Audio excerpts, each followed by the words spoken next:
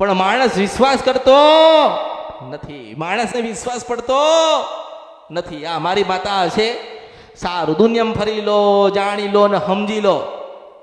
મનની અંદર વિશ્વાસ રાખો કે અમારા જે ભયંકર તકલીફ છે ને દુઃખ છે, અમારી કુળદેવીને અમે આજે પ્રાર્થના કરીએ છીએ કે માં કોક દુઃખવાળી માતા રહી જતી હોય, અમારા પૂર્વજો લાયા હોય ને અમને ના કીધું હોય, અમને કશું ખબર જ નથી કે અમારા વડીલો શું કરીને ગયા, પણ એટલી ખબર છે કે માં કાળકા, સધી કે શિકોતર કે ચાવણ કે ખોડિયાલ તને પૂજતા હતા. આટલી પ્રાર્થના તમે તમારી કુળદેવીને કરો અને તમારી કુળદેવી તરત બહાર ઉભા રહેલા દેવને કહે છે કે તારો ન્યાય કરાવવા હું મેલડી તૈયાર છું. કે બહારના પારકા દેવ તમારા પૂર્વજો લાયા એટલે જવાબદારી તમારી રહે. કોની રહે? તમારા પૂર્વજો જે માતાઓ લાયા છે ને એને પૂજવાની જવાબદારી તમારી જ રહે, બીજા કોઈ પૂજશે નહીં.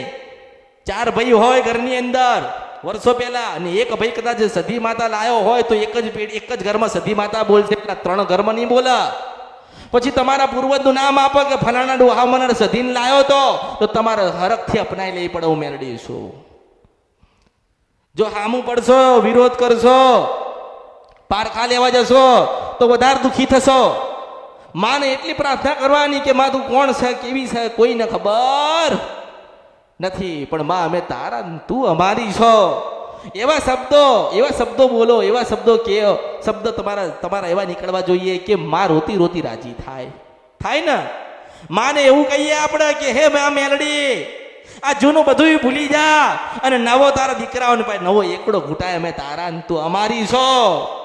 મારા પૂર્વજો, મારા વડીલોના પૂર્વજ જે કરીને ગયા હોય, પણ જો તને કદાચ 2 અગરબત્તીનો ધૂપ આલ્યો હોય, સુખડી કે શ્રીફળ આલ્યું હોય કે શ્રીફળ તને આપ્યું હોય, તું રાજી થયું હોય ને મારા પૂર્વજ તને લાયા હોય તો કંઈક દર્શન આપજે. અને પશુ પ્રભાત રાજા કરણની વેળા થાય ના આવન તો મારું નામ મેલડી નહીં.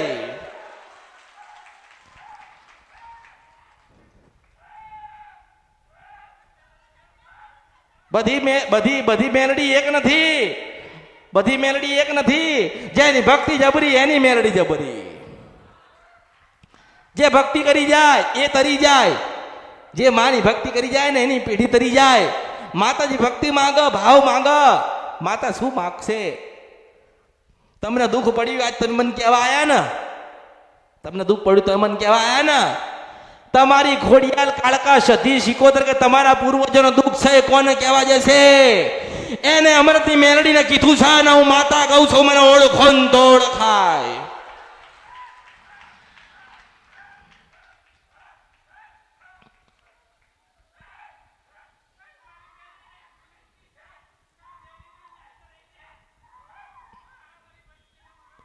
વિશ્વાસ અને શ્રદ્ધા સાચી હોય ને, આપણી અંદર હૃદયમાં વિશ્વાસ હોય. જગડુસા શેઠને વાણિયાને વિશ્વાસ હતો, અહીંયા હૃદયમાં વિશ્વાસ હતો કે કોઈક આવશે જગત જનની જોગ માયા તારવા માટે અને મને જરૂર મારી વસ્તીને, મારા પેઢીને, મારા નાવડાને તારશે. તો તાર્યું ને? કેમ તાર્યું? વિશ્વાસ, શ્રદ્ધા હતી આપણને એવી પડતી. આ તો માં મેલડી મારા દીકરાને વહુ લાવી દે ને તો તને બેહાડીને પૂજો. માં મેલડી મને સારું ઘર લાવ તો તને બેહાડીને પૂજો. એ તો તમે સોદા કરો છો, એવા સોદા થતા નથી. એવા સોદાબાજી માતાજી પાસે કરશો નહીં. માને એવું કહો કે માં મારા પૂર્વજો જે ગુનાહ કરીને ગયા, જે ભૂલો કરીને ગયા એને ક્ષમા કરમાં અને આજીવન તારી ભક્તિ કરીએ, તારા કીધે રહીએ, તારા ચરણ શરણમાં રહીએ. ભગવતી એવા આશીર્વાદ આલજે તો તમને સુખી કરે, સુખી કરે, સુખી કરે, સુખી કરે, સુખી કરે ને સુખી કરે. દુખીએ તમે તમારી જાતે થયા છો ને સુખીએ તમે જાતે થઈ શકો છો. રીત જુદી છે, રીત જુદી, રીત ખાલી જુદી છે. માતાજી નહીં કે, માતાજી કેવા નહીં આવે કે મને દીવો આલ, કેવા આવે? માતાજી ના કે મને બેહાડજો, માતાજી ના કે મને સુખડીને શ્રીફળ આલજો. આપણે માતાજીને કહીએ, આપણા ઘરે કોઈક મહેમાન આવો છો તો કેવું કહીએ છે? ના ઉભારો, ચા પાણી કરતા જાઓ, ખાવાનો સમય હોય તો કે ખાતા જાઓ. આવું તમે તમારા મહેમાનને કોણ તો પેલી મેલડીને દુઃખ લાગે. અરે હું 100 વર્ષથી ઊભી છું, આ વસ્તી મને લાપસી ને સુખડી ખવડાવે કોઈક દાડો બોલાવતા નથી. તમારા અવતારમાં ખોટ પડ્યો, એને દુઃખ લાગે, એને વેદના થાય.